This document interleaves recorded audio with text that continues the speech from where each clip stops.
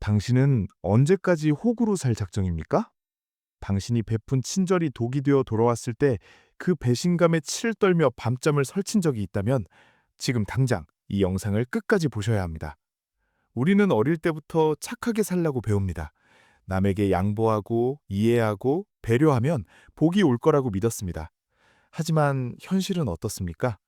당신의 그 선한 마음을 약점 잡아 이용하려는 인간들이 득실거립니다.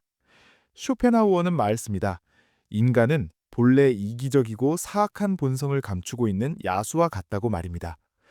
오늘 우리는 쇼펜하우어의 냉철한 통찰을 통해 사람 같지 않은 자들에게까지 친절을 베푸는 것이 왜 당신의 인생을 파괴하는지, 그리고 어떻게 하면 그 지옥 같은 인간관계에서 벗어나 당신의 존엄을 지킬 수 있는지 뼈저리게 파헤쳐 볼 것입니다. 이 영상이 끝날 때쯤이면 당신은 더 이상 남의 눈치를 보는 착한 사람이 아니라 누구도 함부로 대할 수 없는 단단한 사람으로 다시 태어나게 될 것입니다. 지금부터 불편하지만 반드시 알아야 할 진실을 마주할 준비가 되셨습니까? 구독과 좋아요를 누르고 당신의 영혼을 위한 갑옷을 입으시길 바랍니다. 왜 당신의 친절은 무시당하는가? 질문을 던져봅시다. 당신이 잘해주면 상대방도 고마워할까요?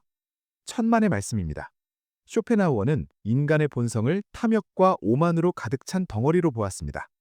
당신이 이유 없이 친절을 베풀면 상대는 그것을 당신의 호의가 아니라 자신의 권리라고 착각합니다.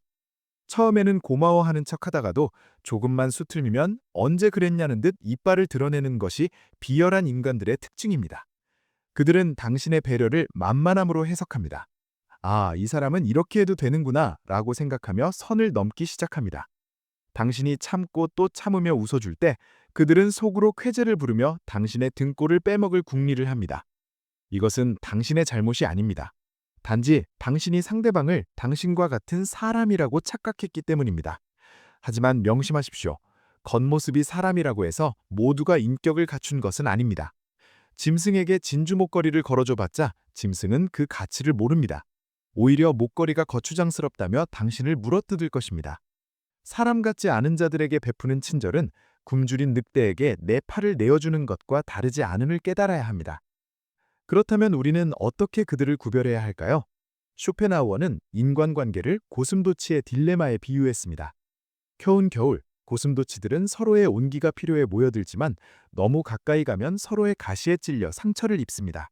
사람 같지 않은 자들은 이 가시를 조절할 지능도 배려심도 없는 존재들입니다.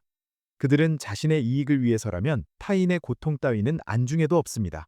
그들은 필요할 때만 당신을 찾고 필요가 없어지면 쓰레기처럼 버립니다. 약속을 밥 먹듯이 어기고 거짓말을 숨쉬듯이 하며 자신의 잘못을 남에게 뒤집어 씌우는데 천부적인 재능을 보입니다. 이런 자들을 변화시키려 노력하지 마십시오. 돌멩이가 황금이 될 수 없듯이 그들의 본성은 절대 변하지 않습니다. 당신의 소중한 에너지와 감정을 그들을 교화시키는데 낭비하지 마십시오. 그들은 고쳐 쓰는 물건이 아니라 피해야 할 재앙입니다. 그들을 사람 대접해주며 이해하려 애쓰는 순간 당신은 그들의 진흙탕 싸움에 휘말려 똑같이 더러워질 뿐입니다. 이제 그들에게서 기대라는 것을 완전히 버려야 할 때입니다. 사람 같지 않은 자를 대하는 유일한 방법은 무엇일까요? 쇼펜하우어는 경멸과 무관심이 최고의 복수라고 했습니다. 그들에게 화를 내거나 복수하려 들지 마십시오. 그것조차 그들에게는 관심이자 에너지 공급원입니다.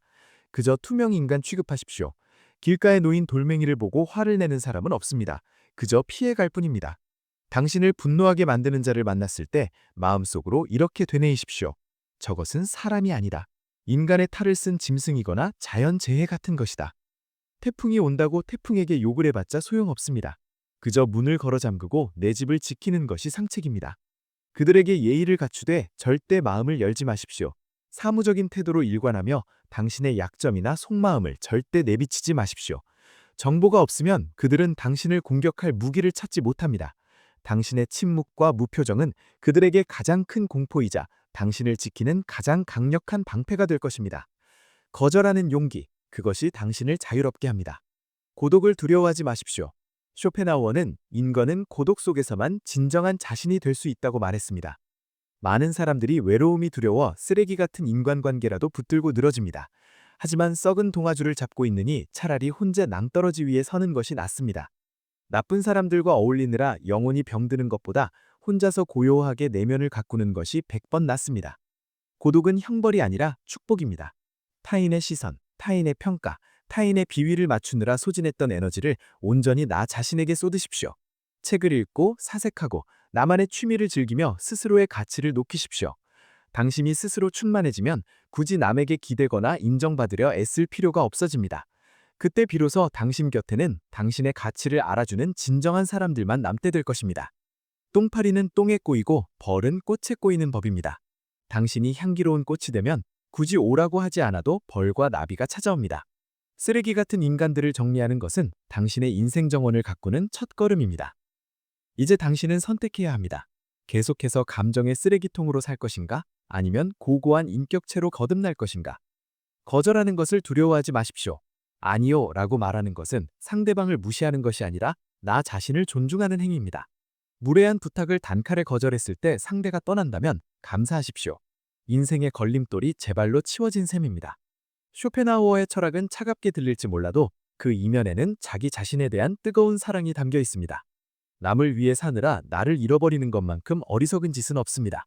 당신의 인생은 당신의 것입니다. 누구도 당신의 허락 없이 당신을 불행하게 만들 자격은 없습니다. 오늘부터 거울을 보며 스스로에게 약속하십시오. 나는 더 이상 함부로 착하지 않겠다. 나는 나의 존엄을 지키기 위해 냉정해지겠다. 이 다짐이 당신의 인생을 송두리째 바꿔놓을 것입니다. 당신이 변하면 세상이 변합니다. 처음에는 주변 사람들이 당황할 것입니다. 너 변했다, 이기적이다 라며 비난할 수도 있습니다. 하지만 흔들리지 마십시오. 그것은 당신이 만만한 호구에서 벗어나고 있다는 증거입니다. 당신이 단단해질수록 함부로 대하던 자들은 떨어져 나가고 당신을 존중하는 진짜 인연들이 다가올 것입니다. 진정한 인간관계는 서로의 독립성을 인정하고 존중하는 데서 시작됩니다. 억지로 맞추고 희생하는 관계는 가짜입니다. 쇼펜하우어는 말했습니다. 우리는 다른 사람과 같아지기 위해 인생의 4분의 3을 빼앗긴다. 더 이상 남들에게 맞추기 위해 당신의 소중한 인생을 낭비하지 마십시오. 당신만의 색깔, 당신만의 철학, 당신만의 속도로 살아가십시오. 그 당당함이 당신을 더욱 빛나게 할 것입니다. 마지막으로 묻겠습니다. 당신은 지금 행복합니까?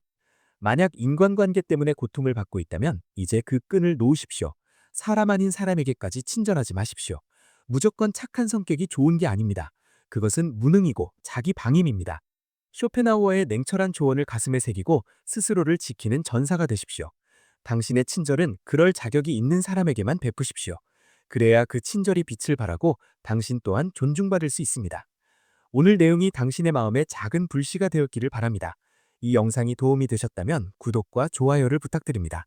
그리고 지금 당장 결심이 서신 분들은 댓글로 나는 나를 가장 먼저 지키겠다 라고 남겨주세요. 당신의 선언이 당신을 지키는 주문이 될 것입니다. 지혜묘책은 언제나 당신의 단단한 홀로서기를 응원합니다. 감사합니다.